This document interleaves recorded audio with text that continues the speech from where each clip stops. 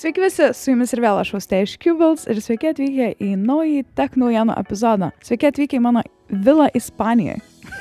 Jokauju, čia green screenas. Praeitą savaitgalį, kol pusė mūsų komandos buvo Playtime kompiuterinių žaidimų festivalyje Kaune, video beje jau yra mūsų kanale, kita dalis komandos, a.k.a. Dovydas su Tautvilu, buvo Vokietijoje. Per daug nevyniojant į vatą, jie aplankė IFA Berlin 2024 parodą, kurioje buvo pristatytos įvairios technologijos, žinoma, daugiausia dėmesio skiriant dirbtinio intelekto funkcijoms. Tad šį segmentą iš pirmų lūpų leisiu pristatyti Tautvilui.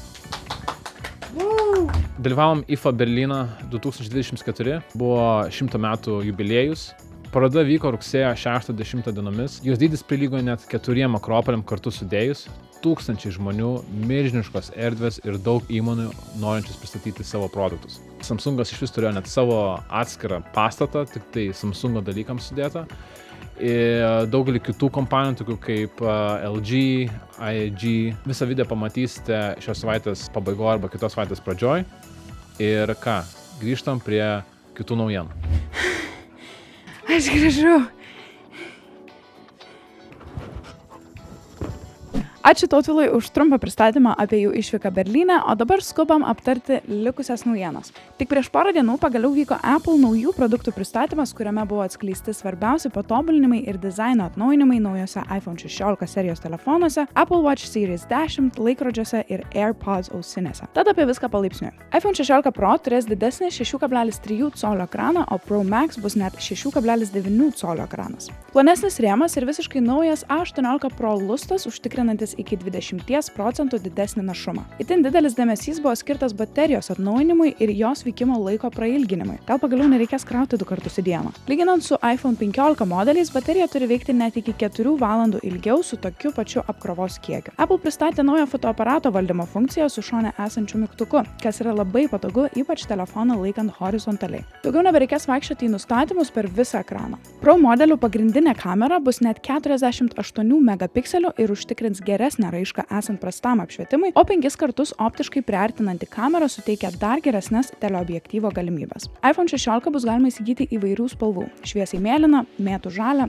rožinį, geltoną ir juodą, o iPhone 16 Pro ir Pro Max turės rafinuotesnį dizainą. Galima bus rinktis iš auksinio, juodo, balto ir nude titano spalvos. Tikimasi, kad iPhone 16 ir 16 Pro modelio atminties talpa prasidės nuo 128 GB, o Pro modelio atveju bus galima rinktis tarp 256, 512 GB ir 1 TB. Naujas Apple Watch modelis bus plonesnis su mažesniu rėmeliu ir turės dar didesnį OLED ekraną, kuriame dar geriau matysis visi rodikliai. Pristatytos naujos sveikatos būklės sekimo funkcijos, kaip pavyzdžiui, laikrodis gali nustatyti, ar turite miego apnėją. Taip pat galėsite muziką klausyti nebe per telefoną, o tiesiogiai per laikrodį. Be viso to, Apple Watch Ultra 2 galėsite įsigyti naujos juodos satino spalvos. AirPods ir AirPods Max pasižymės dar geresnę garso kokybę, aktyviu triukšmo slopinimu ir USB-C jungtimi. AirPods turės kompaktiškesnį įkrovimo dėklą ir AirPods Max bus galima įsigyti smagių pastelinių spalvų – vidurnakčio, mėlynos, violetinės, oranžinės ir žvaigždėtos šviesos.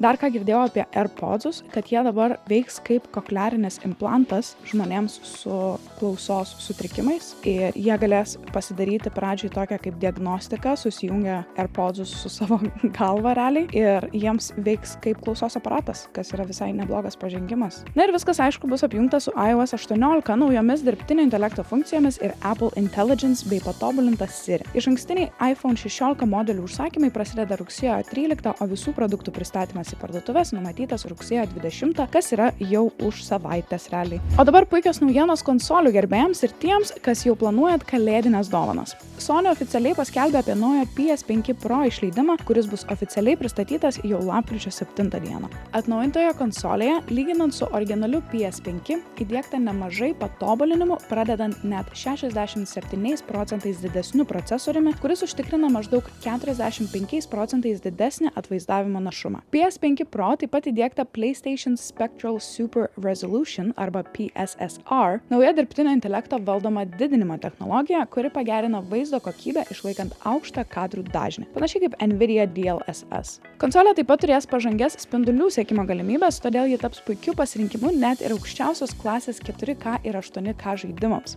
Atminties talpa padidinta iki 2 TB, todėl joje pagaliau bus pakankamai vietos šiuolaikiniams žaidimams. Nepaslaptis, kad jų failai užima vis daugiau ir daugiau atminties. Be to, PS5 Pro SSD bus greitesnis, todėl įrašymo laikas bus trumpesnis. Kalbant apie dizainą, PS5 Pro bus labai panašus į originalų PS5 ir pasižymės gal nebent elegantiškesnė, šiek tiek rafinuotesnė estetika. Konsolė bus standartinės baltos spalvos su galimybė ateityje rinktis iš daugiau papildomų spalvų variantų. Jos kaina svyruos apie 799,99 €, kas realiai atspindi didesnį jos našumą, talpą ir pagerintas funkcijas. Išankstiniai konsolių užsakymai prasidės jau rugsėjo 26 dieną. Huawei oficialiai pristatė itin ambicingo dizaino sulankstoma, taip teisingai mane išgirdot, sulankstoma kaip lapą išmanųjį telefoną Mate XT Ultimate Design. Jis tarsi peržengia visus iki šiol matytų lankstomų telefonų standartus ir technologijų ribas, bei visiškai išsiskiria iš savo konkurentų, kaip pavyzdžiui Samsung Galaxy Z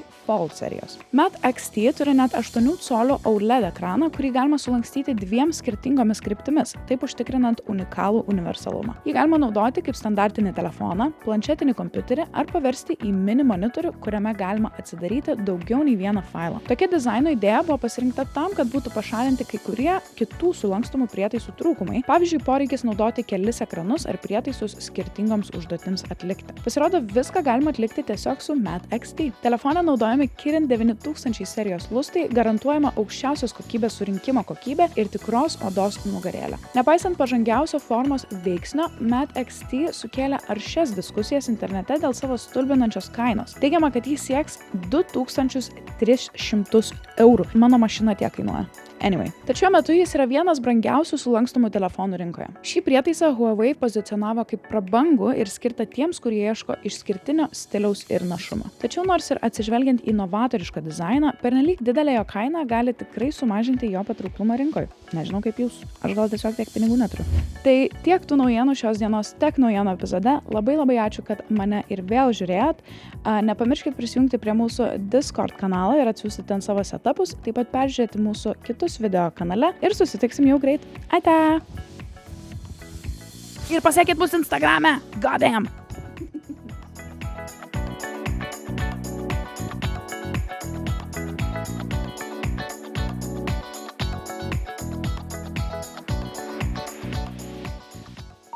Matėme daug visko ir viską pamatysite mūsų video. Gerai. Kita dalis komandos, a.k.a. Tautvydas. Aš perskaičiau.